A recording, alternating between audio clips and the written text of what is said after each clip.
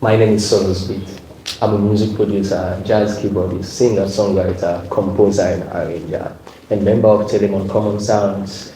I started music at age 7 through dreams, and ever since I've been doing music now for the past 20 years. The thing I love most about music is seeing people sound well and look beautiful and sound beautiful on stage. I like supporting people musically. My name's Omar, also known as Elkan, and I'm a Grammy-nominated producer from Sierra Leone. When I first started making music, my goal was to turn my ideas into reality. I love hearing new sonics and new sounds, and it pushes me further when I make music. So, as a producer, I'm one of the new producers that came in to work with us. What was your determination entering into the working with new people, more people, different people, and all at once? What were you thinking? I was trying to stay authentic to myself, but also to bring out the best in the artists, to identify, okay, which flow is working and which flow of trial and error. And I really enjoyed the fact that we had different genres. You had Block Jones with reggae, you had Barbecue with rap, and the mixture, when you mix those two sounds, you had Kinkali with dancehall and a mixture of rap. When you mix those sounds together, it became something new. That's not the same in Sierra Leone, that's not the same around the world, because we have a sound to tell, and I'm just grateful that I was a part of that story. I love the fact that when I was in the studio with Motolani, he was giving me advice on, okay, change that, change this, change the arrangement, and even with King Kali, he came for Banger, he came with a reference. He said, okay, I really want to do this electronic dance music but mixed with rap. So in my head, I'm like, okay, that's new. So I got on the synths and started playing around, and he was like, yeah, that's it. My resolution from 1 month before the hit was to stop listening to references, just talk through the artists, let them talk through their imagination. So I asked Dr. and King Harry, what were you thinking about? What were you feeling? And that's how Follow came. It's like, well, we had 2 songs that night, till 5 a.m. I'm like, at 5 a.m. the studio closes at 5. We just planned to surprise you guys. Can you tell me what was the experience like? So that song, because it was very different for me to make a song like that, because it's a reggae song, and I've never made reggae in my life, and that's your first game. That was my first reggae song. That's hard. And it was just like we made the beat, and it was like they were writing together, writing the hook. And when they wrote the hook, let the music visualities with sounds like music, let it take you somewhere. When they had that, I was like, yes, that's it. That's what we like. The verses we'll figure out, but I feel like for a song, just like Follow, the song, the hook has to be catchy. It has to grip you, and it's basically saying that the music take you somewhere. So it has to take you somewhere. So it was a very cool session. It was very interesting.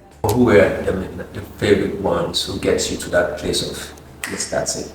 Everyone had their own approach, and everyone had their own style that I had to sort of switch. Like when I'm with Motanani and Barbecue, we're making hard hitting stuff, but when I'm with Jamila, we're making and Tusinga and Sitwa and Tracy, we're making very chill, mellow, like R&B, sort of reggae sort of vibes.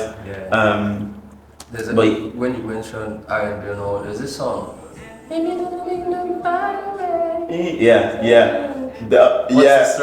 Okay. So that song, big huge shout out to Sammy. So it was I don't know, around 9-10 p.m. me and Sammy were just chilling in the dining room with the setup. Sammy, I was just picking sound. You were like the engineer. I was like the engineer. Sammy was playing the keys, and I was like, okay, this is nice. So I grabbed like a drum loop and chopped it up. Then I laid it on. Then we just Jamila and Rika were there. just to enter your mood, Yeah, because yeah. I went to the retreat empty, as in I don't know what I want to produce, the kind of music I want to do, and I just want them to be the producer, but just like me as the Vessel.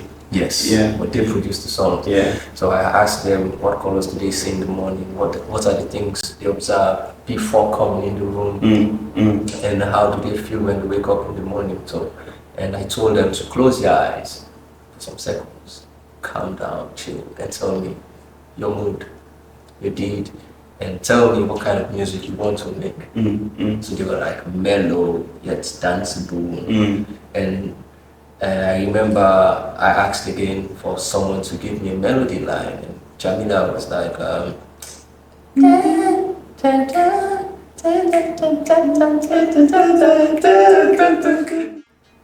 the thing about art is how you feel, it's what you express. Yeah, definitely. And people hearing you, seeing you perform, they get that feeling again, indirectly. And the moment you feel so worthy about doing something, it's easy for people to get connected without enjoying the music. They get the emotion first. So that was the thing I was trying to pass on to everybody, and I was happy, and I'm still happy for the fact that if everybody that works with that same process, they get to understand that the music actually comes from them, not the producer. Definitely. Definitely. It was the thing. And there's this song also about the song we did, Anywhere You Go. Anywhere you go. Yeah. So that song, I had the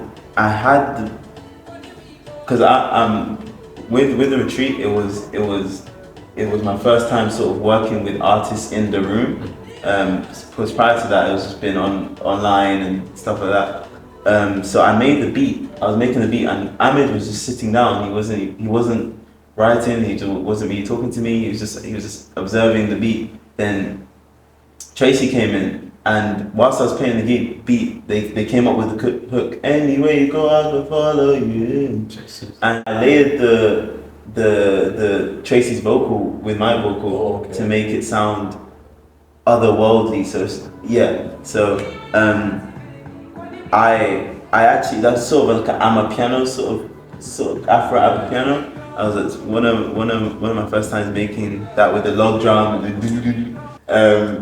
Yeah, so that's a producer. But yeah, it was very interesting, and I love the fact that when they were in the studio, they'd give me new ideas, with the follow. That was an idea that they came up with, and it's like, with the songs we're making, it's supposed to be collaborative. It's not supposed to be the producer makes the beat, then someone comes and records the beat. It's supposed to be like a unity of music, because we're both feeding off each other's energy. Yeah, and one thing I really like about the tree is the jam sessions. The jam session where we were took his hands, and when we were playing and there were people sitting down, it's sort of a balance between producing and sort of just jamming out and just having fun. Even though we do have fun in the studio, we have fun in the studio all the time, but it's like it's a balance of us just like communing with each other, and that's how we make better music, because we understand each other more. So it's not just like stranger. I feel like generally we all have